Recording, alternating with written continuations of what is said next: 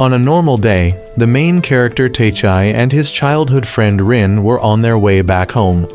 Rin was a member of the tennis club, and she advised Taechai to also join a club soon to avoid wasting his talent.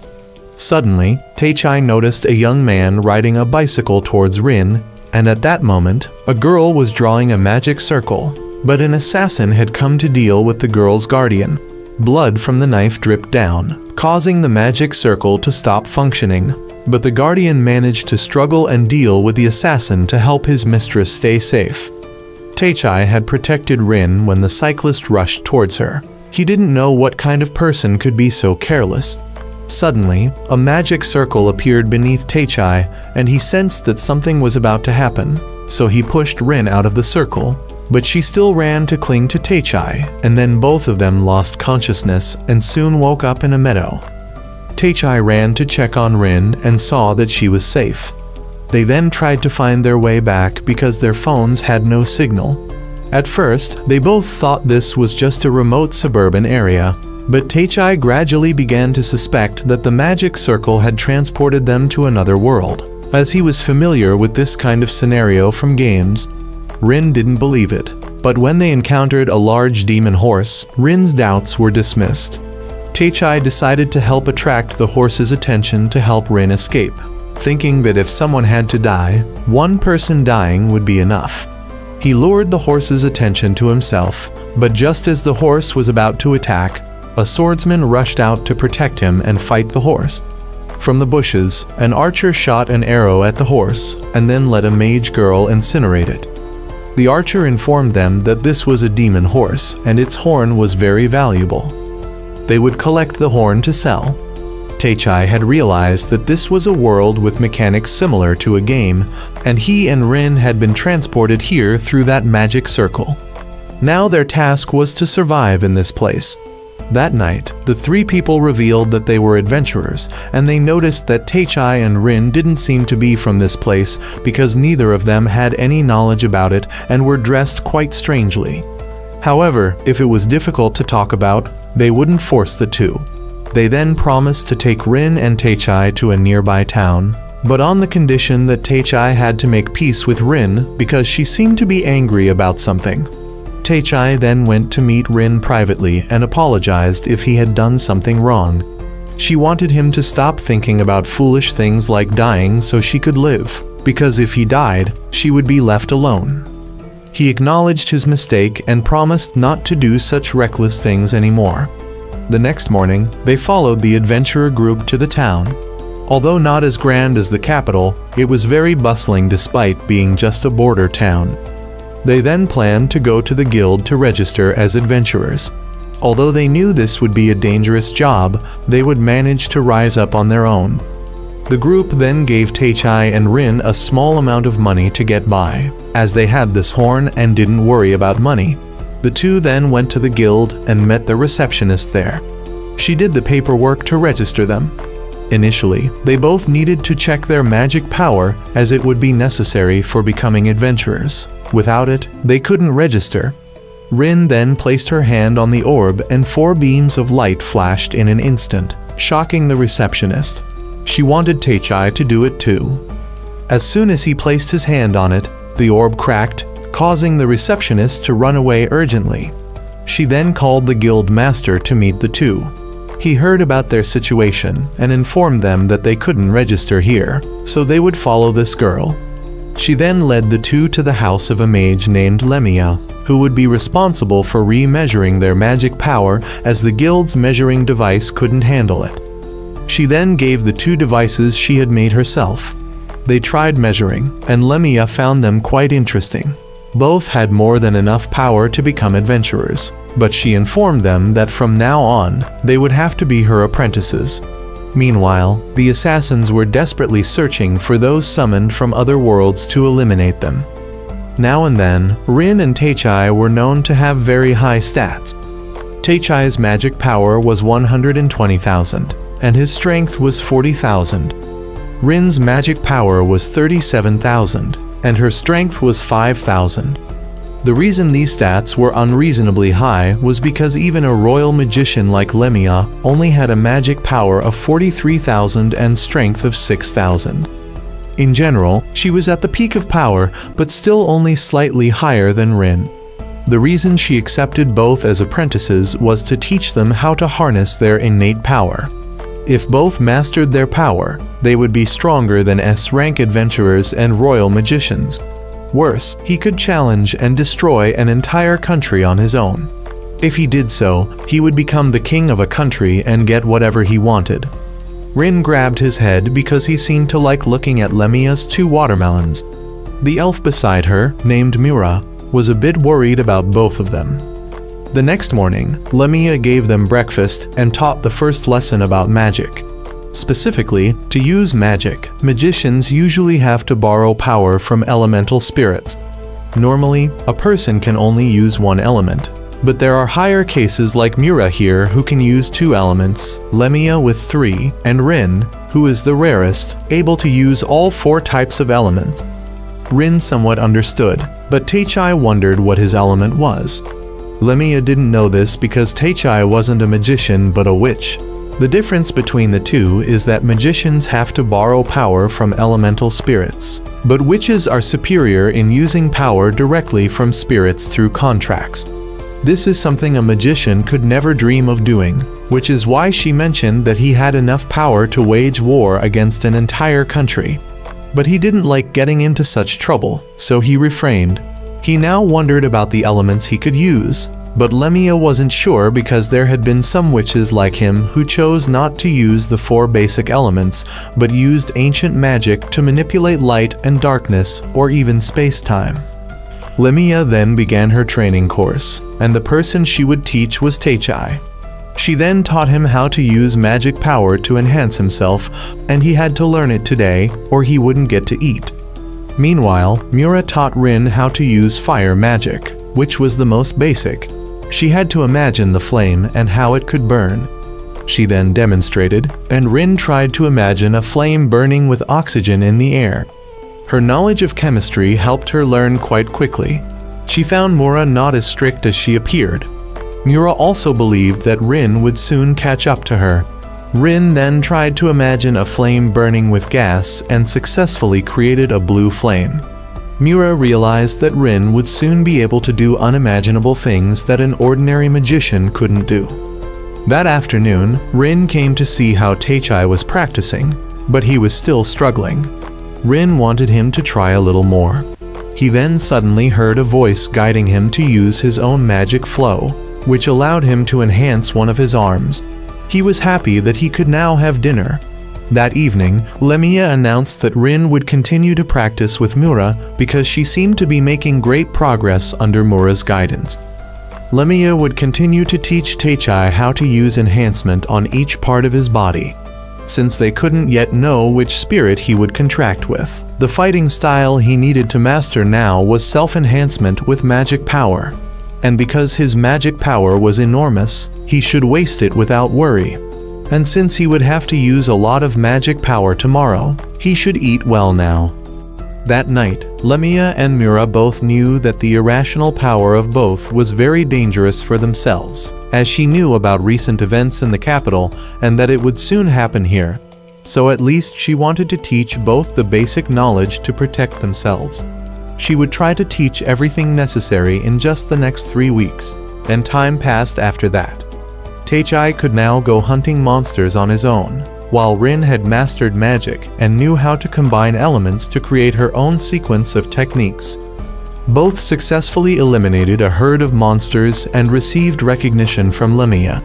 She noticed that both had mastered quite a lot in the past few weeks, but now they encountered the demon horse from their first day here. Unlike then, now both had enough power to fight back against it. In the evening, Lemia officially announced that both had completed their course and would have to leave now as she couldn't keep feeding them forever. She knew both were people from another world who had strayed here. Usually, people like them either got here by accident in an incomprehensible way or were deliberately transported here by someone. Judging by their reactions, it seemed that being transported was most likely. She didn't know who had transported them.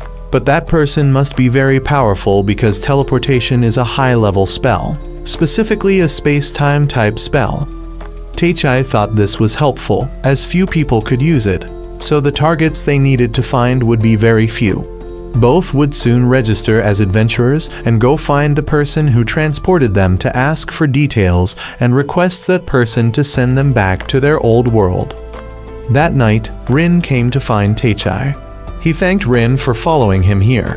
If she hadn't clung to him then, he would have been alone here and died by that demon horse. Both thought about the interesting things that would await them on the road ahead. Rin then returned to her room, and Teichai suddenly heard again the voice that had instructed him before. He asked what it was, but it only said they would meet soon and flew away. After that, Teichai kept dreaming about that voice. 2 weeks ago, he and Rin had returned to town and registered as adventurers, meeting again the group of 3 who had helped them before. Being new registrants, they were usually only assigned low-level missions to rank up.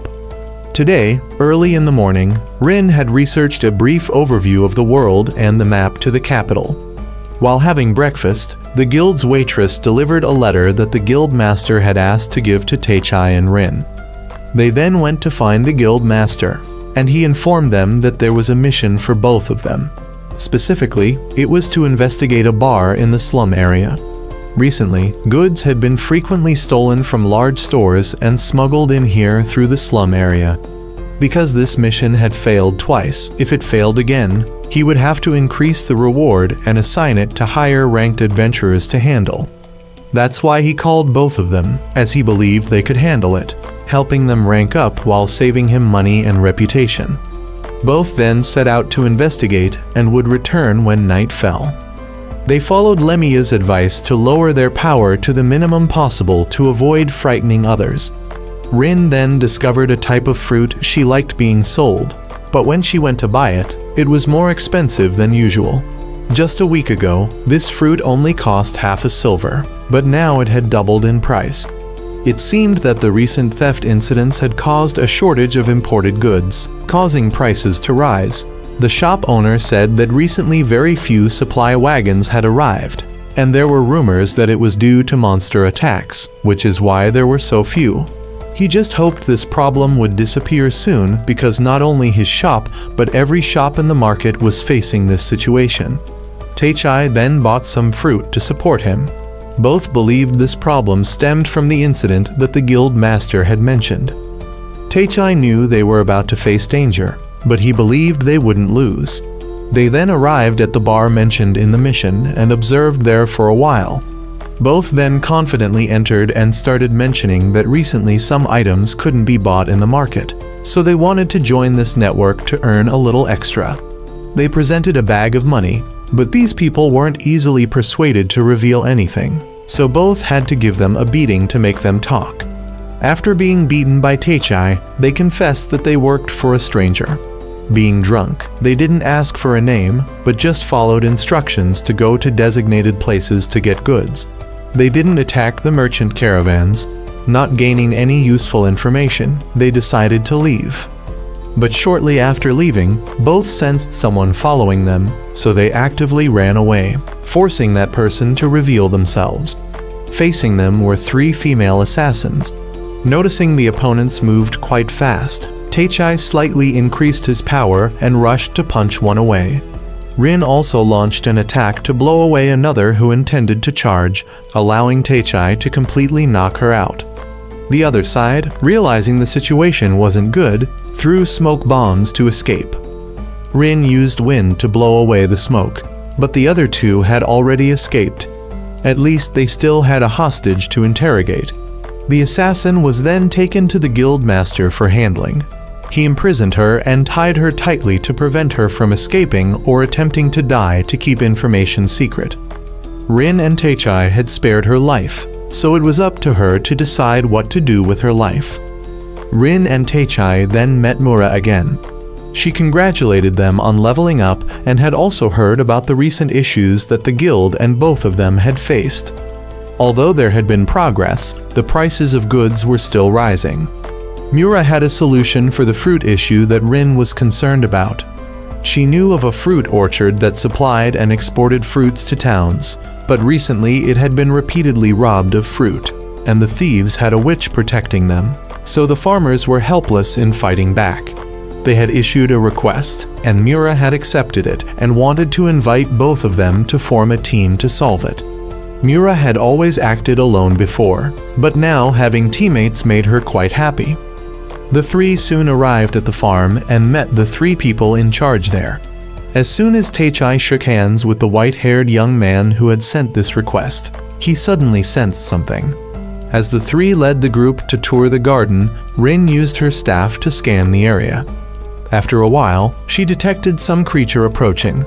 It was very large and not human.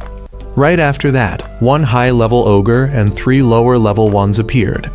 Mura rushed to handle the three smaller ones, leaving Teichai to deal with the big one.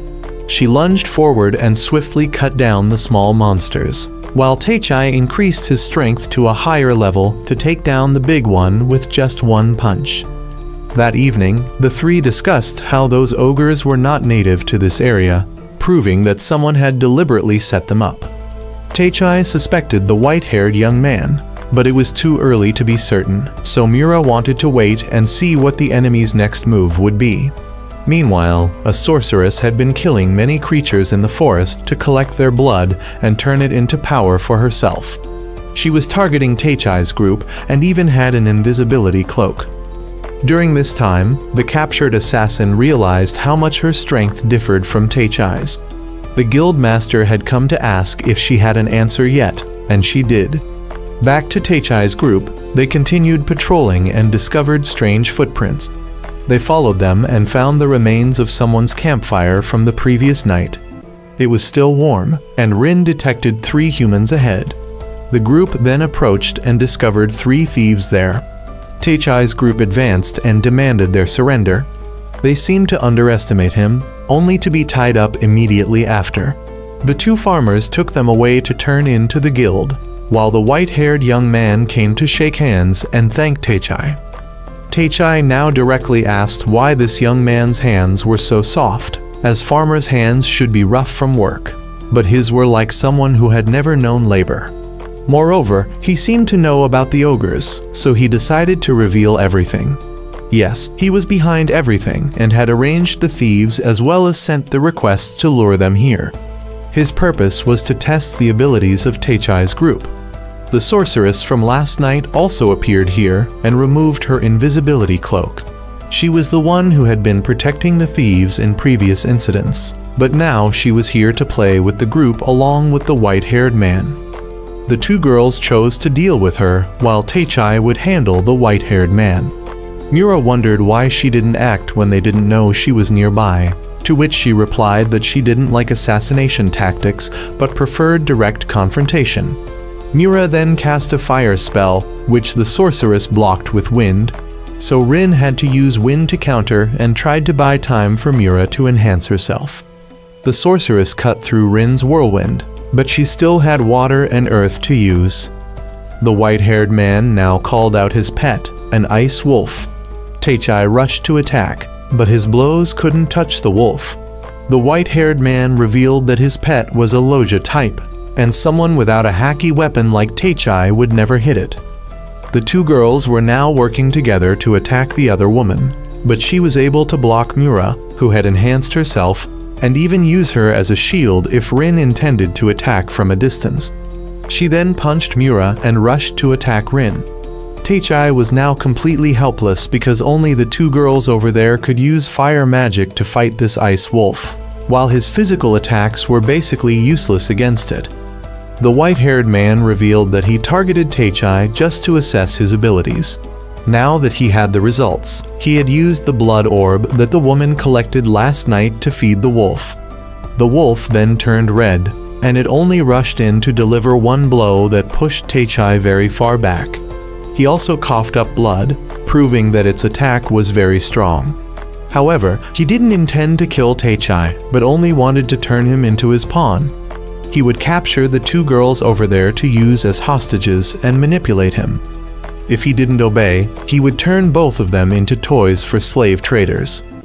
The two girls now decided to fight seriously and stood up. Both would raise their power and change tactics. They wanted her to consider the previous fight as a small test for the performance they were about to put on. Mura then rushed in to attack. The woman had just blocked Mura's attack and was feeling overconfident, but Rin had rushed in with a lightning attack, forcing her to dodge, and Mura had somehow gotten behind her, kicking her away just as Rin created an iron sword and a lightning sword. She had to block the iron sword and was stabbed by Rin with the lightning sword. Still not satisfied, Rin created a dust tornado, and with just a small flame, the entire tornado would explode. As she still hadn't fallen after that explosion, Mura emerged from the smoke to deliver a direct slash at her. She still wasn't too badly hurt after that, but admitted defeat. She decided to retreat, and when she became stronger, she would come back to fight both of them again. Seeing her defeat, the white-haired man advised the two girls not to be rash as Teichai had already been defeated by him. He had used Teichai to force both of them to obey him. Teichai was now angry because he had the power to cheat and destroy an entire country, yet he was defeated like this. He had promised to protect Rin, and now it had come to this.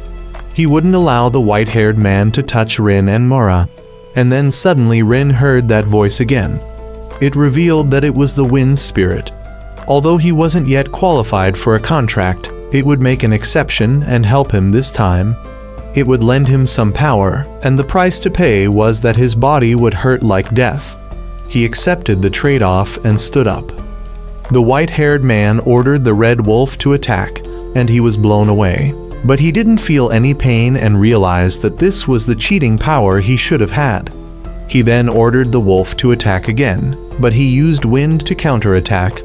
He not only neutralized its attack, but also dealt with it at the same time. Seeing this, the white-haired man became scared and ran away. Teichai couldn't accept letting him go so easily, but now his body was suffering the side effects of the power. He managed to shoot a wind slash towards him, causing him to lose an arm. He swore that he would meet Teichai again to settle the score, while Teichai had now fainted and was being restored. Some time later, Teichai woke up and met Limia again. She had cooked food for him to eat. She informed him that he had been unconscious for a week due to completely depleting his magic power. When he was brought back by Rin and Mura, they only thought he would regain consciousness after a while. But when he remained unconscious until the third day, both of them panicked and brought him to her for examination. She had never seen Mura so panicked before. She told Teichai that the two girls were currently investigating something.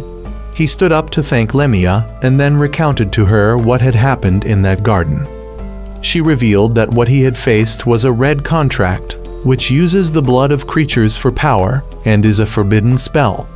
Although it brings great power, it is very cruel. He also told her about the wind spirit whose power he had borrowed, and Lemia was very shocked because now she understood somewhat about his power. Meanwhile, the white-haired man had returned to report Teichai's incident to his cult leader. We now know his name is Kasim. The cult leader said that there would be an easy mission coming up for Kasim to vent his current frustration. At the same time, he approached the swordswoman named Grammy and placed a mark on her hand to make it easier for Kasim to control her. The cult leader then met two people in the guild and decided to leave. He also left a note for Kasim to send on his behalf. Returning to Teichai, him are informed by Lemia that him are a summoner-type wizard. Specifically, him will create a link with a certain spirit. The stronger your connection with the spirit, the greater your power will be. The key to mastering this power is that him must be able to hear or see the spirit. In this world, spirits are entities even higher than dragons, so basically spirits will be invisible to ordinary people. The special thing about Teichai is that if him connect with a spirit, the spirit will perform magic instead of wizards like you. And because him don't have to bear the pressure from releasing magic, the spirit can unleash techniques with extreme power. It can be said that this ability is what makes him have cheating power more than many others. The waitress of the guild then was glad that Teichai had woken up. Him asked where Rin and Mura were, and she informed him that those two had been gone since morning and hadn't been seen returning. So Taechai went out to look for them. When him went out on the street, him saw a girl being harassed by two random guys. Him approached, and she immediately clung to him as an excuse to get away. But those two guys were about to hit Taechai too, so him stepped back and kicked one unconscious. The other one then dragged his companion away. Taechai now realized that the girl could have handled those guys herself, but chose to cling to you, because him noticed her movements were not at all like those of a weak and delicate girl. She then introduced herself as Anastasia and said she had met Taechai before and was defeated by him with a punch to the stomach. Him remembered she was the assassin him had captured before. She had decided to quit being an assassin and switch to being an adventurer. And now she was also investigating the case of stolen goods in the black market from before and had managed to find a manor. When both of him attacked inside and tried to find evidence in this main room, Taechai found a letter left there by the cult leader. That evening, Mura and Rin had just returned from going out, and Mura believed Taechai would soon wake up under Lemia's care. Suddenly, both of them encountered a cloaked man with a sword. He rushed to attack, forcing Mura to block. He then signaled for his companions to shoot magic, but Rin managed to use a protective spell, so both were still safe. However, now they were in a 2 versus 4 situation, but Grammy used an invisibility cloak and suddenly attacked Mura and captured her.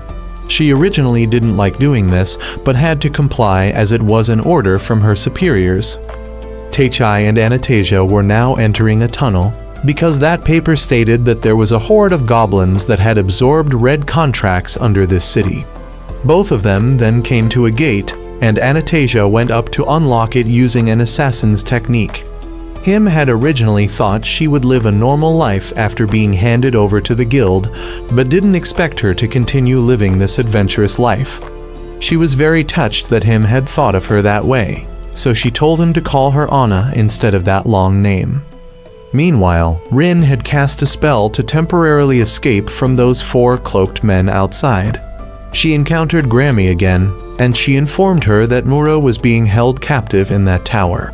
She was doing this because her superiors ordered it, but because both were her prey, she didn't want either of them to be stolen by others. Rin thanked her this time and flew away.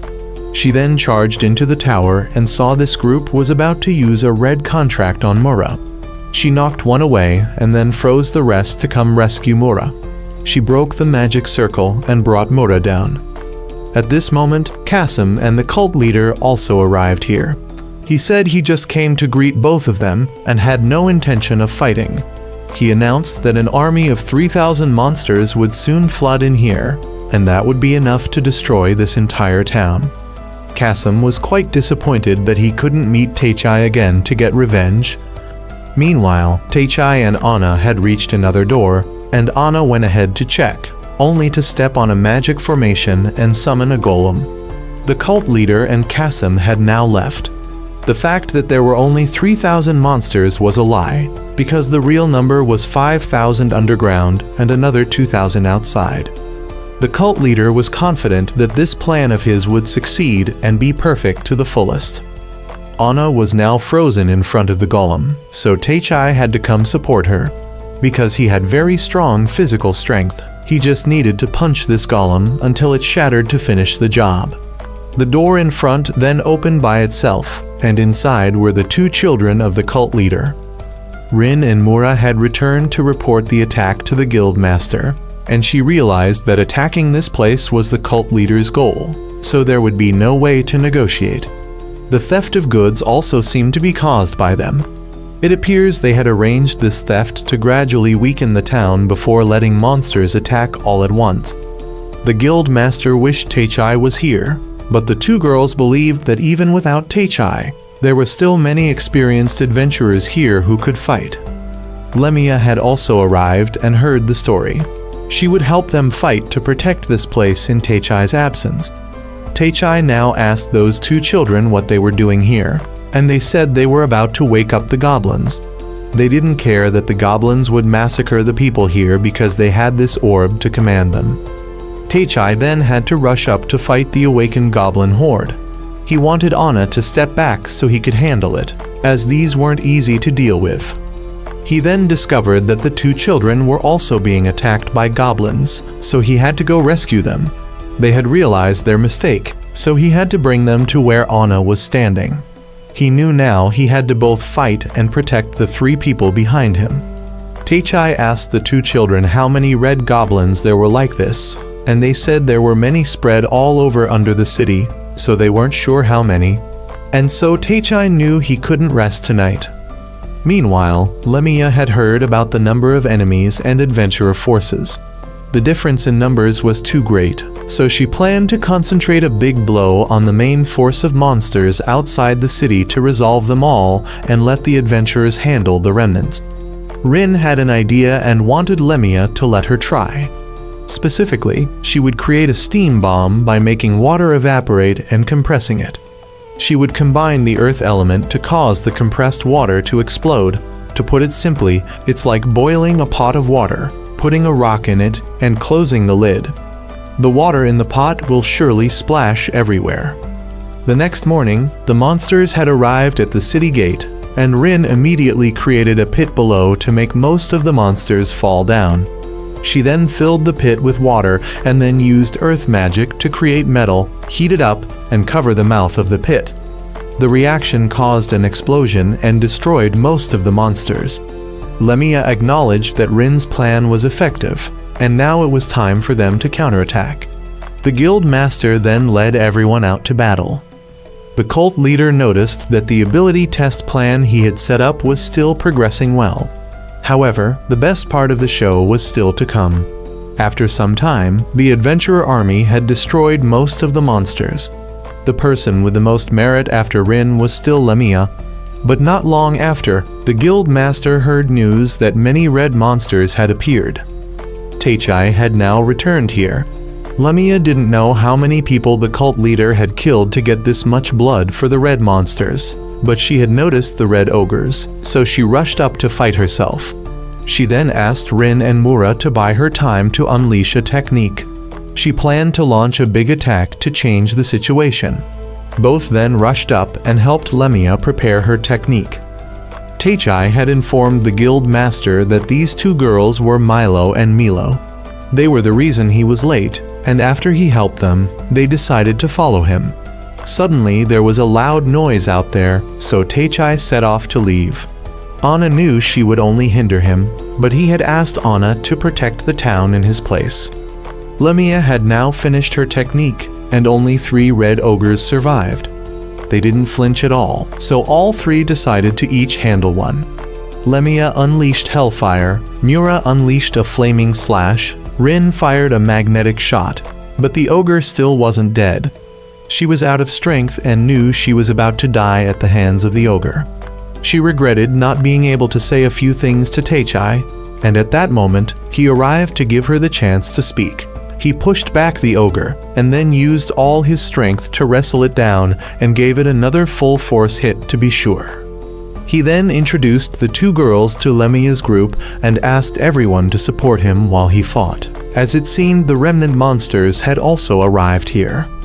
The cult leader and Kasim now knew that Teichai was stronger than they had anticipated. However, what they needed was an assessment of everyone's strength here, as he had already accounted for the possibility of failure. After all, he, Kasim, and the monsters here were all just pawns of a higher-ranking individual. The guild leader, upon hearing that only a few strong monsters remained and Teichai was dealing with them alone outside, believed that Teichai would return because he was the first to treat her like a normal girl. Therefore, she would also do her best to help Teichai. Suddenly, a cloaked figure passed by and said something to her that made her lose control of her mind. The others were now working together to deal with the remaining monsters, while Teichai was single-handedly taking on 3 red ogres. He knocked them down one by one with his full-force punches. Just as he finished off one, the other 2 were grabbed and devoured by a creature from underground. Lemia informed that this creature usually slept deep in the earth and rarely left its lair. It was a 2-headed dragon that typically didn't like to interfere in human conflicts. indicating that something had awakened it this time. The cult leader saw that now all the pieces were in place and wondered how much power Teichai would unleash. Teichai knew that he had no choice but to fight the dragon, as there was no escaping. He had asked Lemia to evacuate everyone else in case of the worst scenario, but Rin chose to stay with him because they had promised to return together. So Teichai told her to stay out of the dragon's sight, worried that if she were attacked, he would instinctively fight and lose. He then approached the dragon and tried to call the wind spirit, but there was no response. When he charged to attack, the dragon's tail swatted him away. He couldn't understand why he couldn't do anything against it and why it interfered in human affairs. Anna had come out on her own, and when Teichai asked why she was there, she regained her senses but didn't know why she had come. The dragon then attacked Teichai, and Anna pushed him out of the way, taking the hit herself. She was severely injured, and Teichai wanted her to hold on so he could get her treatment, but she knew it was too late. She wished she could have been Teichai's lover when she returned, but realizing he had Rin, she just hoped to be his friend. She then passed away, and Teichai once again realized that despite his cheating power, he couldn't do anything. He had been naive to think this power would help him protect others, but he couldn't do anything in the end. He called out to the wind spirit again, and it responded. He then met the wind spirit, Eri, in his subconscious. She told him that he needed enough determination to meet her and form a contract. The previous time was an exception to save his life without a contract. Teichai knew he couldn't blame the spirit, as it was his fault for not having enough determination. He had feared this power would turn him into a non-human creature, but now he was ready to accept this power and protect those he cared about. He asked Rin to take care of Anna for him, then approached the dragon with Eri's power. He asked the dragon why it interfered in human battles and if there was a way for it to return. The dragon only wanted to see his true power, and if he could make it submit, it would tell him the reason and leave. Teichai then unleashed his wind power to counter the dragon's combined fire and ice attack. As Lemia had said, spirits were higher beings than dragons, so Teichai easily defeated it. The dragon conceded and told him it came because someone requested it.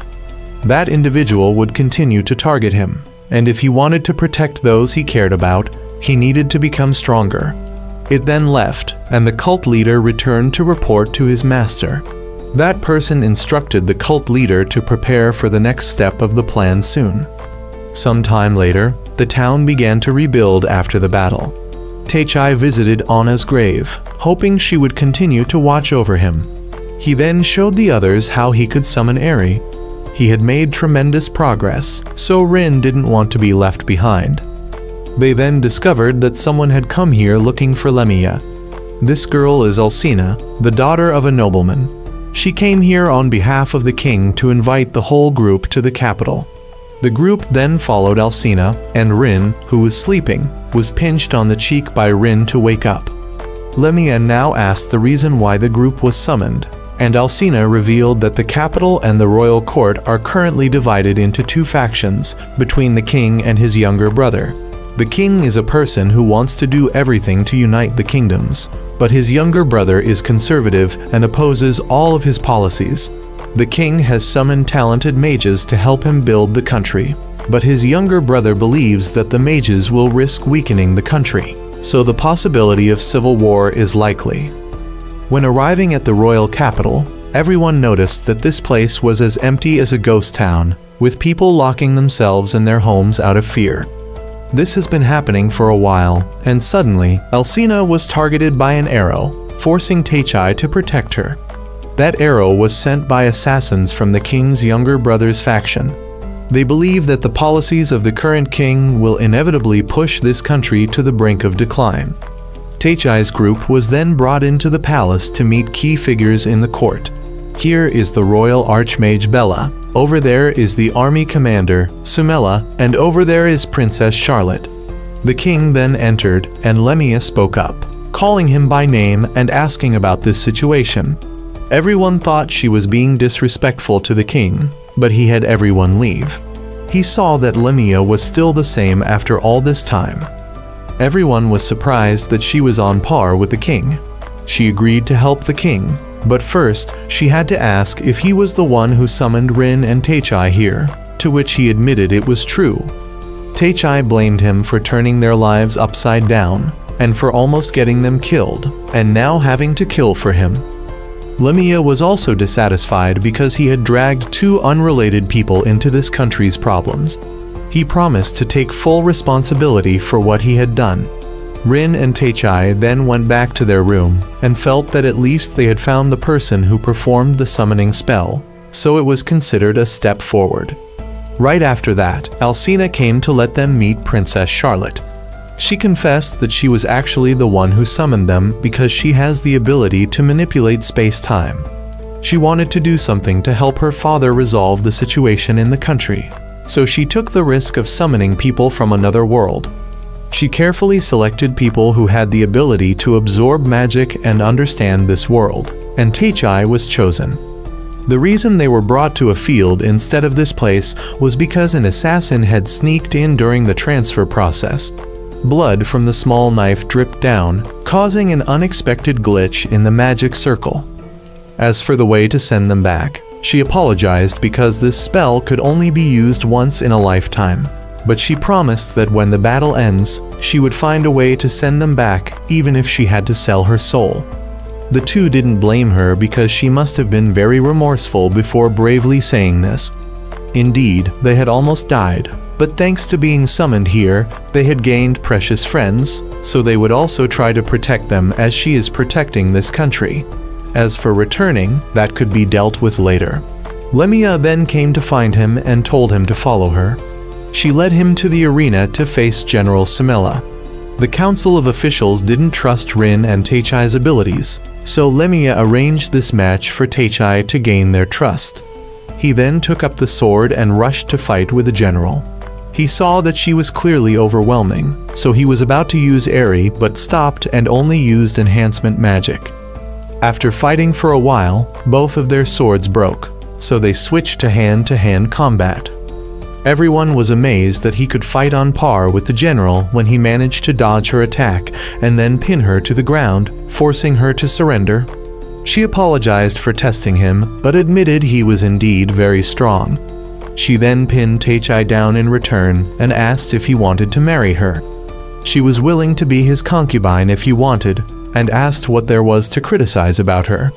She's beautiful, has a perfect body, is strong and doesn't need others to protect her, and on top of that, she has a state salary and position of authority. However, Teichai temporarily declined to think about it more, because only someone with a problematic mind would refuse this offer. That night, he called out Aerie to talk.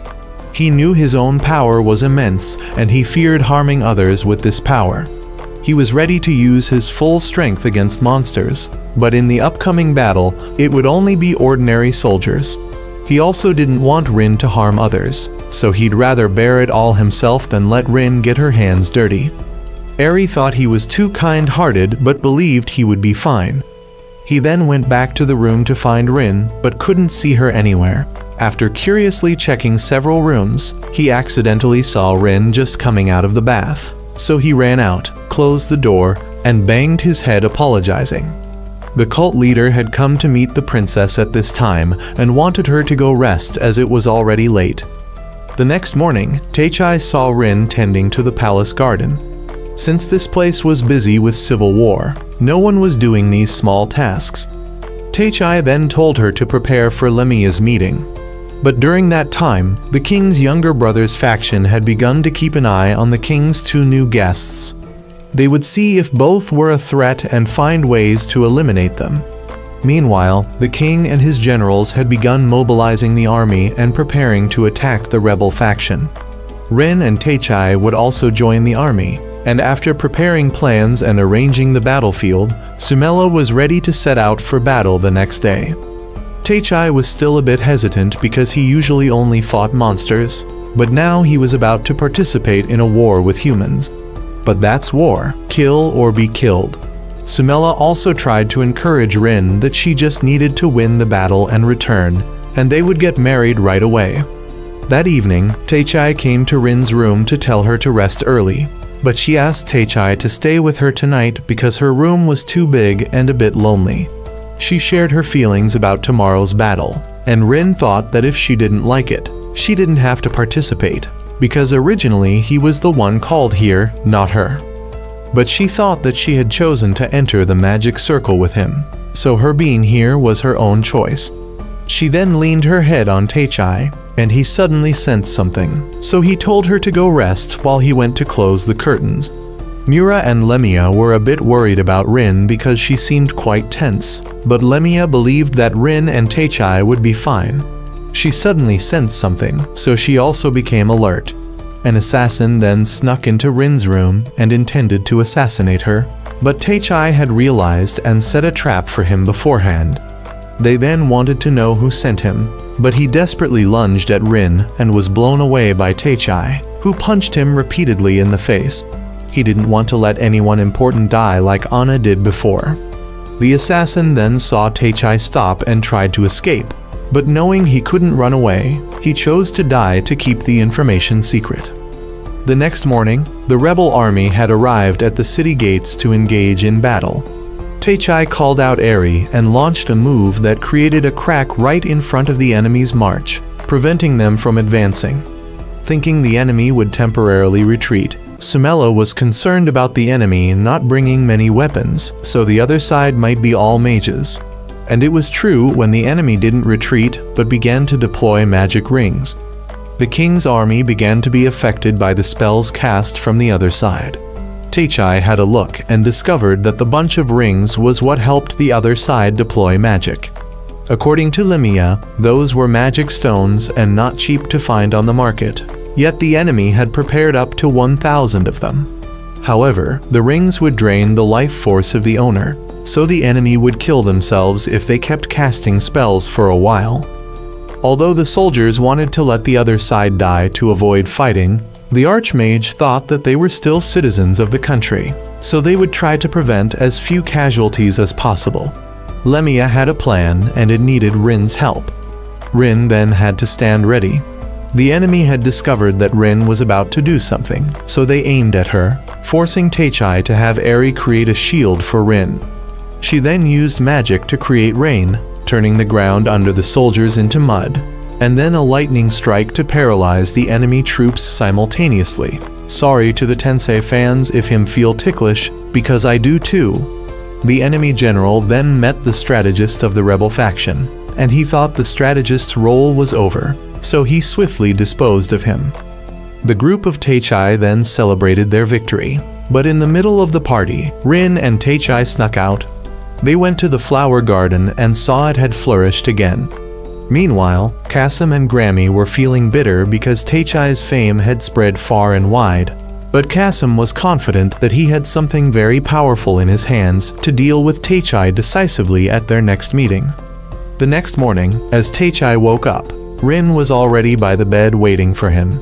He suddenly said he felt nauseous and then apologized to Rin, saying it was because he ate too much last night, not because of her face. Suddenly, Mura and Lemia came to report that the king needed to see Taechai. The group then went to the main hall, and the king and princess brought out the country's treasure collection for Taechai's group to choose from. Mura chose a dagger, Rin saw a magic staff, Lemia chose a magic ring, and Taechai found a katana. He was then called by Sumela to the training ground to test the new sword. Lemia also wanted to test her ring there, so Taechai couldn't escape from Sumela. He then had a stomachache due to last night's feast, so he temporarily escaped. He then went to the street and was seen by the people. Everyone knew he was the one summoned by the king to fight and protect them, so they came out to shake his hand and continuously praised him. He then met Kasim again and realized he had lost one hand. Kasim reminded him that it was he who took away one of his hands, and he would never forgive him. He wanted to have a fair fight with him, and if he didn't accept, he would poison the water source of this place. Taechai then had to decide to follow Kasim, and during that time, Rin and Mura were still practicing for the competition. Lemia knew that Samela organized this training session to make the soldiers feel more calm, as they might have to deploy at any time. Kasim had led Teichai to an empty alley, and he wanted him to fight fairly by letting him use this artifact on him. This would limit Teichai's magic power to be equal to his, meaning that whoever wins this match will receive the respect of the other side. Teichai accepted the challenge despite Eri's continuous warnings about the risks. He still accepted and began to fight with Kasim. He drew his knife to rush at Teichai, but having only one hand made Kasim still at a disadvantage when fighting directly. So he switched to using magic, and Teichai also had a way to respond. They then continuously exchanged blows to the point of being scratched all over. Kasim wanted to resolve everything in the next move. He conjured a water ball when he saw that Teichai couldn't move anymore. Teichai thought about how to counter and then remembered how Rin used magic by imagining. So he slashed out a wind cut that split his technique in half and pushed him flying into the wall. He admitted that he had lost and acknowledged that Teichai's talent was stronger than a persistent person like him. He then told him to break the artifact to regain his power, but suddenly a ghost appeared from the artifact aiming at Teichai. Kasim knew nothing about this because the cult leader was the one who gave him this artifact. Grammy rushed out to protect Teichai, and Kasim also used magic to buy time for Grammy to break the artifact. But the ghost was now stronger. However, Teichai had also regained his power. He asked Eri to compress the surrounding air for him, and he slashed out a lightning bolt that completely destroyed the ghost. That afternoon, he took recovery medicine to give to Kasim, but Grammy knew he wouldn't accept it because Kasim's pride had been shattered, as Kasim had realized that effort sometimes still can't beat innate talent. But Teichai dared not accept because he was also just trained by a talented master. Kasim was then supported by Grammy to return home, while Teichai heard the sound of bells. The people informed that it was the war warning bell. The cult leader at this time had reported the duel between Kasim and Teichai to his master, and they saw that Teichai was indeed getting stronger day by day. That night, the army set out for battle, and Rin and Teichai had promised to protect each other. On the side of the king's younger brother, a marquis under his command had asked him to separate his troops so that he could focus on targeting Lemia and the two people from another world, because he had a secret weapon. The next morning, both sides had arrived at the battlefield. The king's younger brother didn't know whether after this battle, history books would view him as a villain or a hero. On the king's side, they were rallying to boost the soldiers' morale. As for Teichai, he had to maintain the mindset that he must protect those he cared about. The two sides then officially entered the battle, each with their own area to showcase on the battlefield. However, Teichai stood out by jumping straight into the enemy camp to fight. The cult leader and his master now wanted to see how Teichai would face off against what they had given to the rebel side. At this moment, Rin encountered a female warrior with a personality just like Grammy on the enemy side, while Mura faced the Baron, and Lemia confronted a mage capable of disrupting magic. She told the enemies she had just defeated to leave this place if they still wanted to keep their lives. Teichai had made his way into the king's brother's tent on his own. Eri also appeared to add weight to Teichai's words. He knew exactly how strong Teichai was, so he would stand here and negotiate with him. The soldiers then went outside, and Teichai made it known that he wanted to negotiate peace on behalf of the king, as he realized both brothers cared for the people, and it was only due to ideological differences that this battle had occurred. However, he came here not to suggest stopping the war, but to threaten him, as he had enough power to destroy an entire country, so bringing him before the king wouldn't be difficult. But suddenly, his strategist began to use some kind of magic, which spread and entered the fallen soldiers. Lemia was still toying with the other mage at this time. As soon as she saw an opening, she delivered a move that severely wounded him on the spot. He realized the gap between him and her was too great, and she wasn't merciful enough to spare him, so at least she would let him say his last words. She then created a giant fireball, and when the other mage saw that she didn't need to chant spells, He knew he could never match her level in his lifetime, so he accepted his fate. As for Mura, she could no longer tolerate the Baron's arrogant attitude of looking down on others, so she decided to deal with him with full force. She then used her fire sword to charge at him.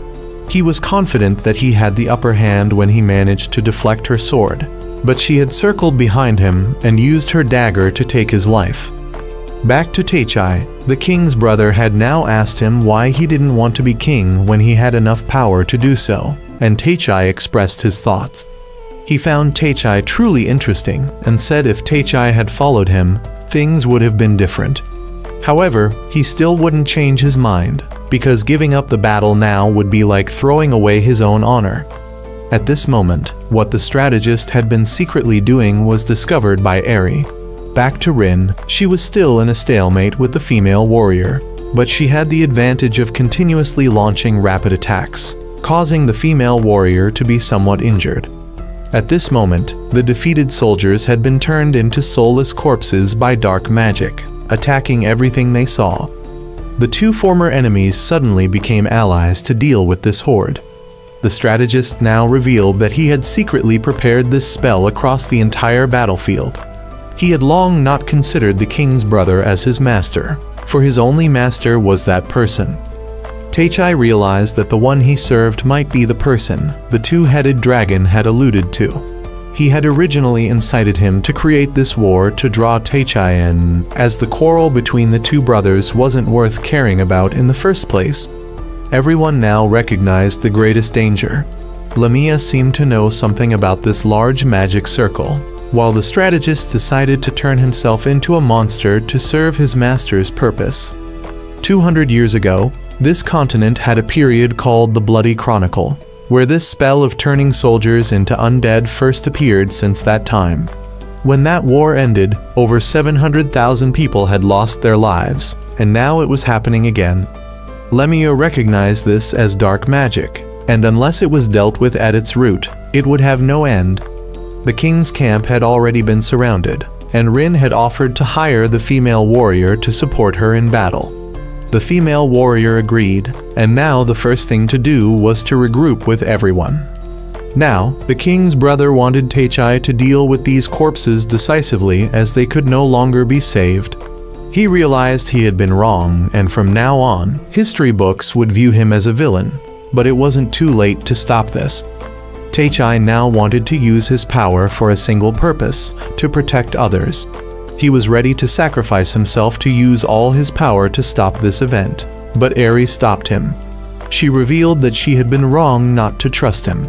This wasn't her true form. It was only a part of her power that she had separated and brought to Teichai. She feared that if Teichai touched all of her power, he would destroy himself. But now she realized she was mistaken because he also had something he needed to protect. Eri would now disappear, and her true self would help Teichai from now on. He then escaped the time freeze and reunited with Rin. He hugged Rin and apologized for letting her get hurt, but now he would stop this war. He then called forth the true form of the spirit, and it dispelled the magic circle, returning the soldiers to normal. This was the first time Lamia had seen such a thing happen. Teichai then met Sylphie. The female warrior recognized Sylphie as one of the 4 strongest spirits and the queen of wind spirits. Although Eri had disappeared, her memories and feelings remained, so he could consider Sylphie as Eri.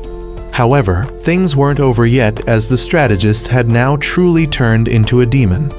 Teichai asked Rin if she was ready to be by his side at all times and places, and she accepted.